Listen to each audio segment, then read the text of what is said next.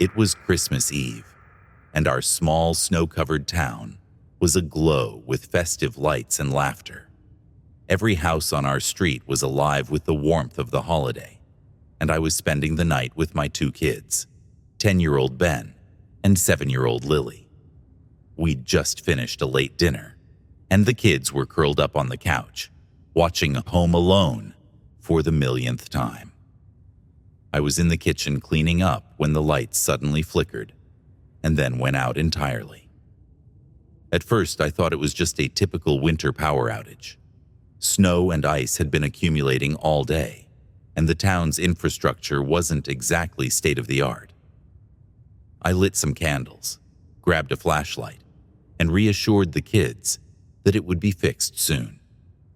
But as the minutes turned into hours, something felt off. The entire street was dark, not a single light in any home. The temperature in the house began to drop quickly without the heat, and the quiet of the night grew oppressive. I kept my radio on for updates and learned that ice on the power lines had knocked out the grid. The utility company assured everyone it would be hours before power was restored. That's when I heard it, a knock at the door. It wasn't the gentle knock of a neighbor checking in. It was sharp and insistent. My heart skipped a beat. Through the peephole, I saw a man in a utility worker's uniform holding a flashlight. "Evening, ma'am," he said. "We're working to restore power. Need to check your breaker box." I hesitated. Something about him didn't sit right. His voice was too forceful, his eyes darting around as if he was looking for something or someone. "No, thank you," I said firmly. "We're fine here." He knocked again, harder this time. "Ma'am, it'll only take a minute. Gotta make sure your line's safe." Before I could respond, I noticed movement behind him. 3 other men emerged from the shadows, dressed similarly, but their uniforms looked odd, mismatched. One held a crowbar, another carried a large duffel bag. My blood ran cold. Quickly, I locked the deadbolt and told the kids to hide in the pantry. Ben and Lily, sensing my fear, didn't ask questions.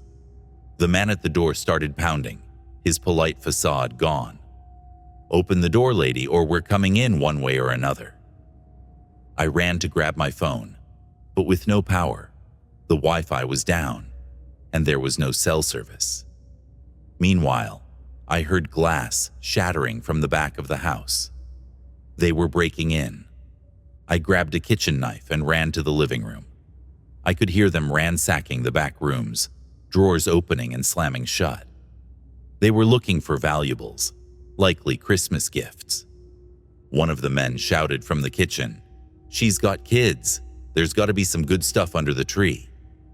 The pounding on the front door stopped, and I knew the leader was now inside. Footsteps echoed down the hall as they got closer to where I stood. My heart raced as I positioned myself near the pantry, ready to protect my kids. Suddenly, a loud, authoritative voice boomed from outside. "Sheriff's Department, come out with your hands up." The men froze. In the candlelight, I could see their faces go pale. One of them cursed under his breath. "It's a bluff. There's no way they're here this fast." But the voice came again, closer this time. "We've got the house surrounded. Drop your weapons and come out." The men exchanged panicked looks. One of them muttered, "Screw this," and bolted for the back door. The others followed, leaving the house as quickly as they'd entered. I stayed frozen in place, clutching the knife, until I heard a knock on the front door again. This time, it was an officer. "Ma'am, it's safe now. They're gone." It turned out that a neighbor had seen the men lurking and called the police before their phone line went dead. The officers had arrived just in time to scare them off. The power wasn't restored until morning, but I didn't sleep a wink that night. We were lucky. The police later told me the same group had hit several houses in the area, taking advantage of the outage to loot Christmas gifts and valuables. That was the last time I ever stayed in that house during a winter storm.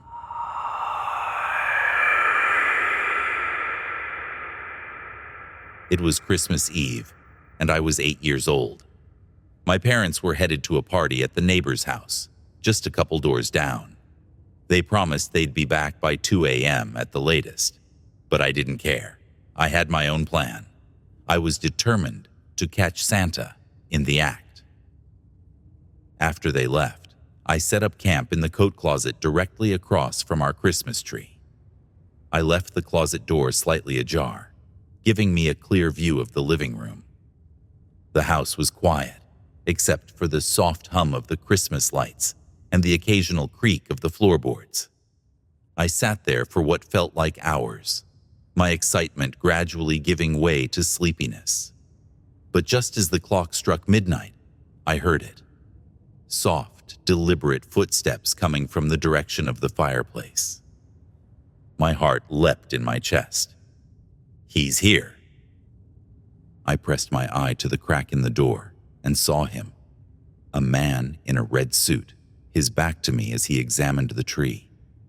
My little mind didn't register the oddities at first. His suit was tattered, the edges frayed and dirty, and his boots looked scuffed and worn. There was no sack of presents, no cheerful ho-ho-ho, and oddly enough, no Santa hat. Instead, he wore a black knit beanie, but he was wearing red, and that was enough for me. I couldn't contain my excitement. I slowly pushed the closet door open and tiptoed toward him. "Santa?" I whispered, my voice trembling with awe. The man froze. Slowly he turned around, and I felt a pang of confusion. His beard was short and black, his eyes darting around nervously. Up close, he didn't look anything like the jolly man I'd seen in movies or on Christmas cards. Still, my childish belief was strong. "Why don't you look like the real Santa?" I asked. "And where's your hat?" The man's face softened for a moment, and he knelt down to my level. I lost my hat on the way here," he said, his voice gravelly. "And sometimes Santa has helpers, you know. I'm one of them." It didn't make complete sense, but I wanted to believe. "Why is your suit so dirty?" He hesitated. "It's been a long night, kid. Lots of chimneys, lots of soot." He gave me a strained smile. "You've been good this year, right?" I nodded enthusiastically. "Well then," he said, patting me on the shoulder, "you should go back to bed. Santa can't finish his job if you're watching." Reluctantly, I agreed.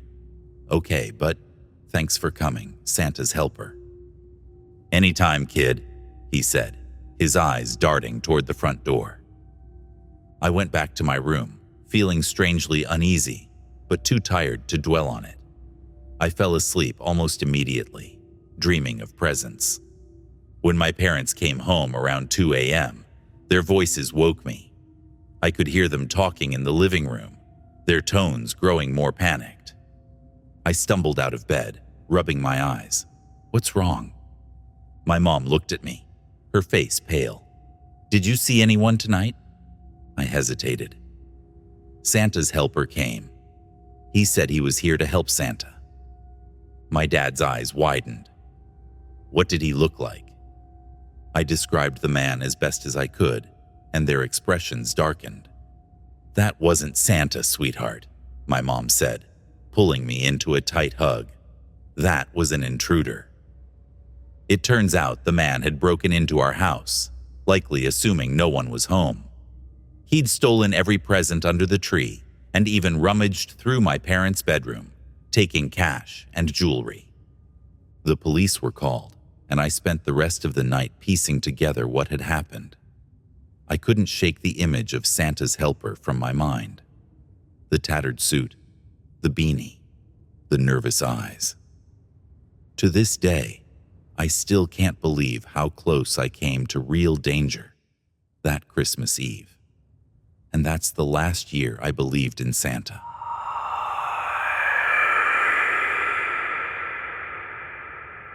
Christmas had always been my favorite time of year.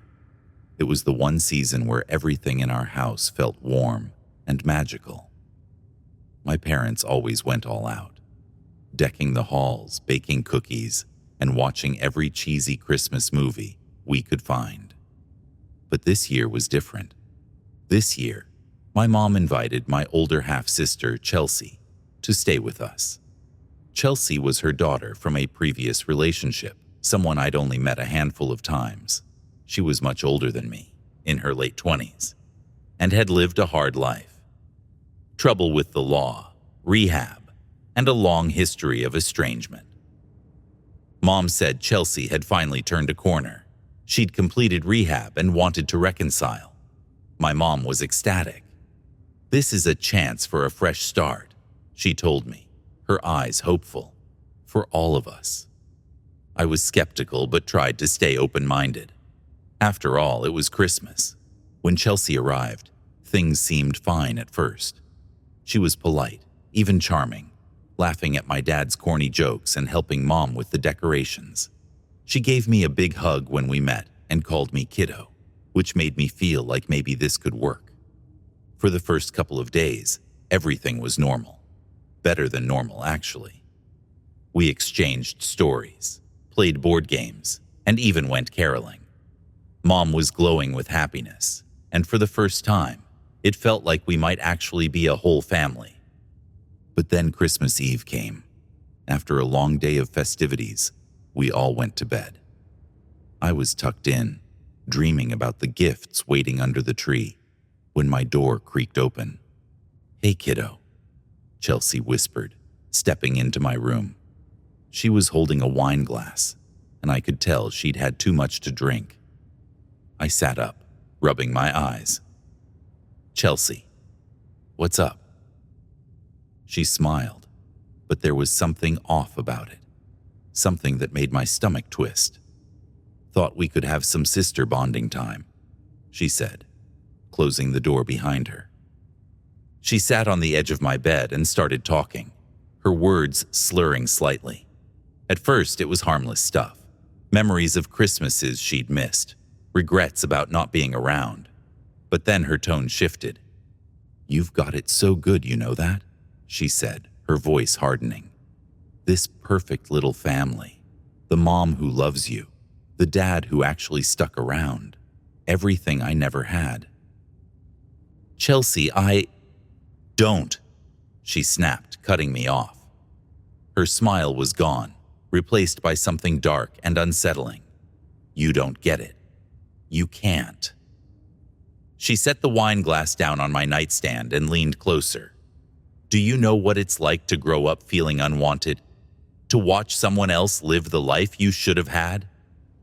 I didn't know what to say. My heart was pounding, and I could feel a lump forming in my throat. Chelsea's eyes glistened with tears, but her expression was cold. "It's not fair," she whispered. Before I could react, she grabbed a pillow from my bed. "Maybe you don't deserve it either." She shoved the pillow over my face, pressing down with all her weight. I thrashed, kicking and clawing, but she was strong. My muffled screams filled the room, and panic surged through me as I struggled for air. Somehow, in my desperation, I managed to get my hand free and pound on the wall. My parents must have heard the commotion, because within seconds, my door flew open. My dad ripped Chelsea off of me, and my mom pulled me into her arms, sobbing. Chelsea was hysterical, screaming and crying as my dad restrained her. "You don't understand," she yelled. "She took everything from me." The police arrived not long after. My parents had called them the moment they realized something was wrong.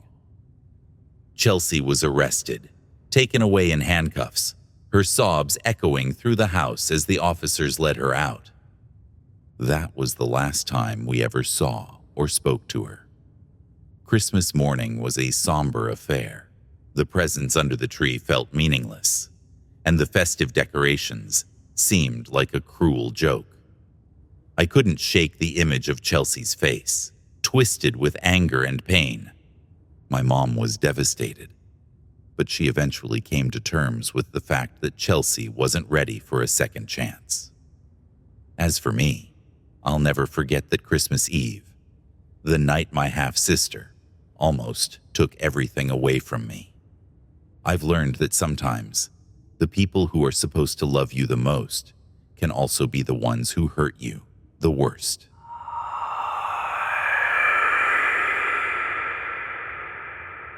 Thanks for stopping by the channel. We hope you enjoyed these 3 truly terrifying stories.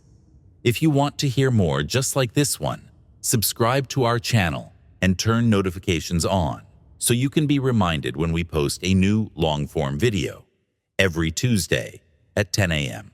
and a short video every Wednesday, Thursday, and Friday at 6 p.m. Central Time.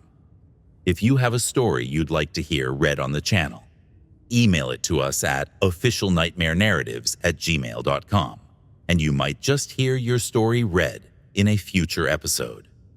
Thanks again for listening, and stay spooky, friends. We'll catch you in the next one.